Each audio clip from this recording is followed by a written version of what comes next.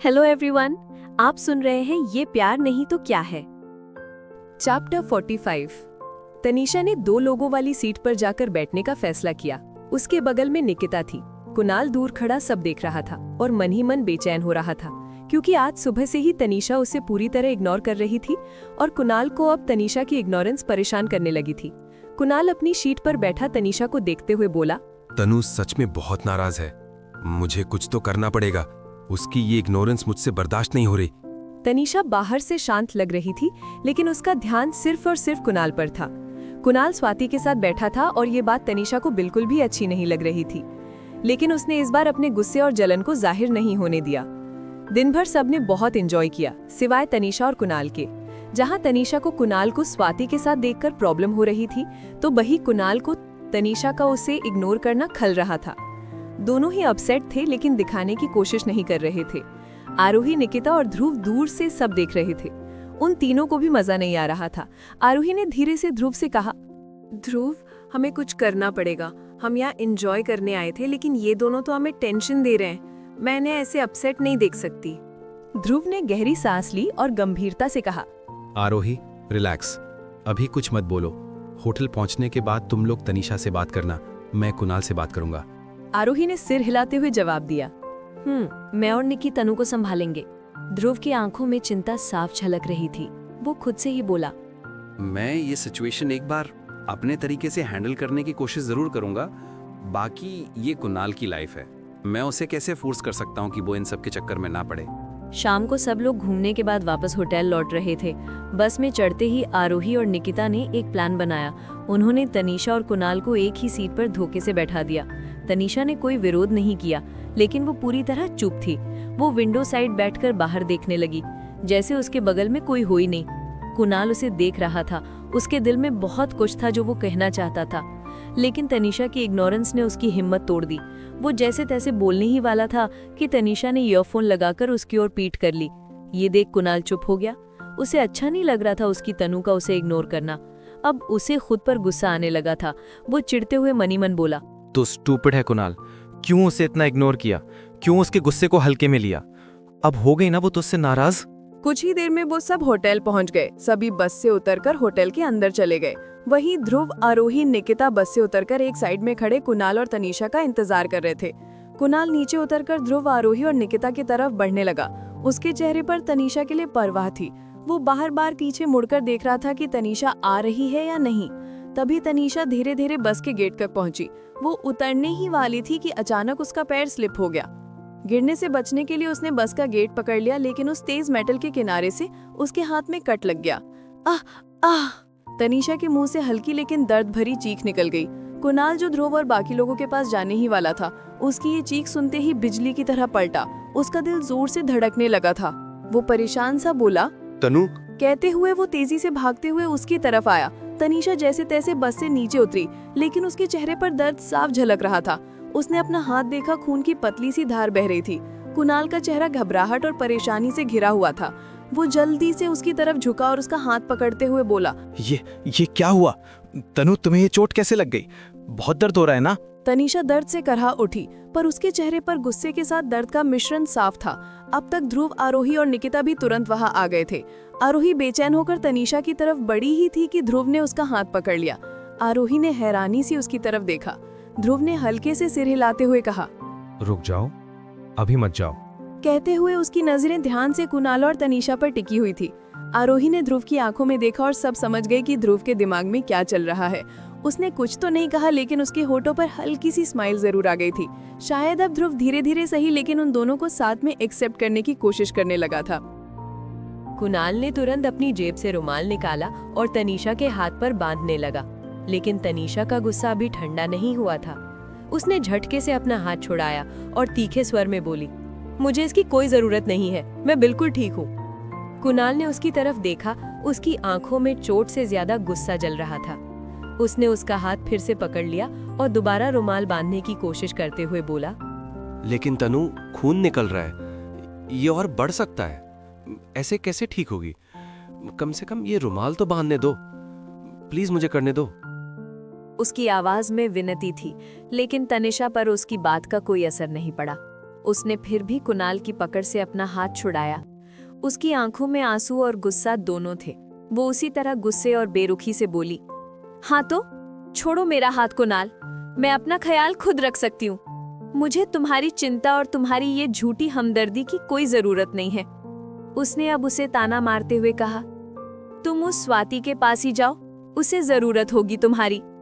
वैसे भी तुम यहाँ आए कैसे उसे छोड़कर? हाँ, अभी बस में मेरे साथ बैठे थे ना, तो वो चली गई होगी। कोई बात नहीं, तुम भी उसके पास चले जाओ। ये कहकर वो गुस्से में वहां से निकल गई और सीधे होटल के अपने कमरे की ओर चली गई। उसके कदम तेज थे, लेकिन उसकी आंखें गुस्से से भरी हुई थी। कुणाल बस उसे जाते हुए देखता रह गया, एकदम स्तब्ध। उसके पीछे आरोही, निकिता और ध्रुव भी खड़े थे। सबने तनिषा की आंखों में जलन साफ देखी। आरोही धीरे से उसके पास आई और उसके कंधे पर हाथ रखते हुए बोली, कुणाल, अब तुम्हें और किस बात का इंतजार है? तनु के बिहेवियर से साफ पता चल रहा है that she also likes you.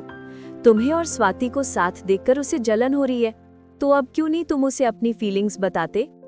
आरोही की बात सुन कुणाल शॉक्ड होकर उसे देखने लगा।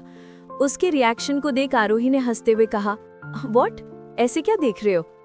तुम्हें क्या लगा तुम हमें नहीं बताओगे तो हमें पता नहीं चलेगा कि तुम तनिषा को पसंद करते हो? कुणाल ने हैरानी से सवाल किया। तुम्हें कैसे पता?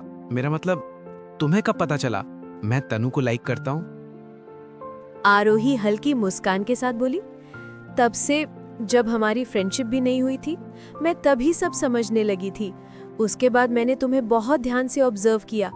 अब ऐसे थोड़ी मैं तुम्हें अपनी जान के पास आने देती, पर फिर तुमने खुद कभी कुछ नहीं कहा, तो हमने भी तुम्हें फोर्स नहीं किया ये बताने के लिए। कुणाल ने गहरी सांस लेते हुए कहा, मुझे नहीं पता था कि तनु भी मुझे पसंद करती है या नहीं। मैं उसे अपनी फीलिंग्स बताकर उसकी दोस्ती खोना नहीं चाहता था। वो मेरी सबसे अच्छी दोस्त है, मैं उसे खोने से डरता था। आरोही ने प्यार से कहा, मुझे पता है, इसी वजह से हमने कभी तुमसे ये टॉपिक नहीं छेड़ा। लेकिन अब तो सब क्लियर है कुणाल, उसकी आंखों में साफ दिख रहा है कि वो भी तुम्हें पसंद करने लगी है। कुणाल की आंखों में हल्की चमक आई। उसने मुस्कुराते हुए हाँ में सिर हिला दिया। लेकिन तभी उसका चेहरा अचानक गंभीर हो गया जब उसे ध्रुव का ख्याल आया। उसने अपनी नजरें घुमाकर ध्रुव को देखा। ध्रुव अब तक चुपचाप खड़ा था। उसके चेहरे पर कोई भाव नहीं था, लेकिन उसकी आंखें बहुत कुछ कह रही थी। कुणाल धीरे धीरे उसकी तरफ बढ़ते हुए बोला, ध्रुव, तुझे कोई प्रॉब्लम तो नहीं है ना कि मैं और तनु? ध्रुव, तू नाराज तो नहीं है? मुझे डर था, तुझे प्यार पर भरोसा नहीं है। मैं बस चाहता था कि तू मुझे गलत ना समझे। मैं उसे। कुणाल अपनी बात पूरी भी नहीं कर पाया था कि ध्रुव ने बीच में ही उसकी बात को काटते हुए कहा, प्रॉब्लम? अगर मैं कहूं कि हाँ मुझे प्रॉब्लम है, तो क्या करोगे तुम?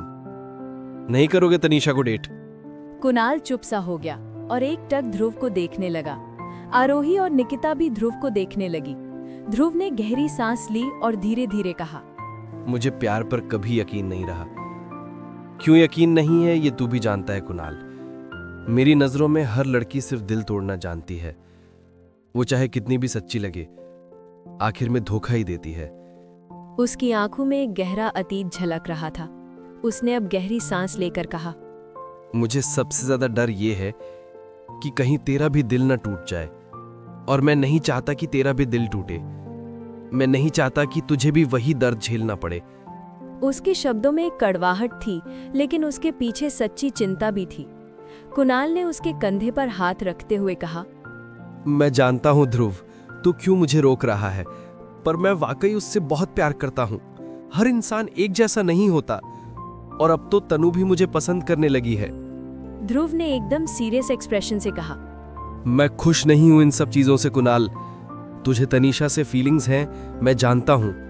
तनीषा चाहे तुम्हें आज पसंद करे, कल छोड़ भी सकती है, और मैं नहीं चाहता, बिल्कुल भी नहीं चाहता कि तुम भी उसी दर्द से गुजरो जिससे मैंने किसी को गुजरते देखा है।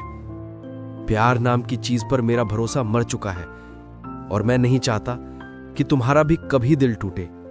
कुणाल की आंखें नम हो गई। उसने ध्रुव को समझाते हुए कहा, ध्रुव प्लीज, तनु अलग है। वो वैसी नहीं है जैसी तू सोच रहा है। हर कोई एक जैसा नहीं होता। मुझे लगता है मुझे उस पर भरोसा करना चाहिए। ध्रुव ने गहरी सांस लेते हुए कहा। भरोसा, ये शब्द मेरे लिए सिर्फ धोखे का दूसरा नाम है। मुझे तुझ पर भरोसा है कुणाल, लेकिन प्यार पर नहीं। फिर भी ये तेरी लाइफ है। अगर तुझे लगता है कि तनु तेरे लिए सही है और तू मानता है कि वो अलग है, तो ठीक है।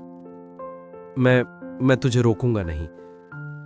मैं मानता नहीं, लेकिन तुझे एक मौका दूंगा।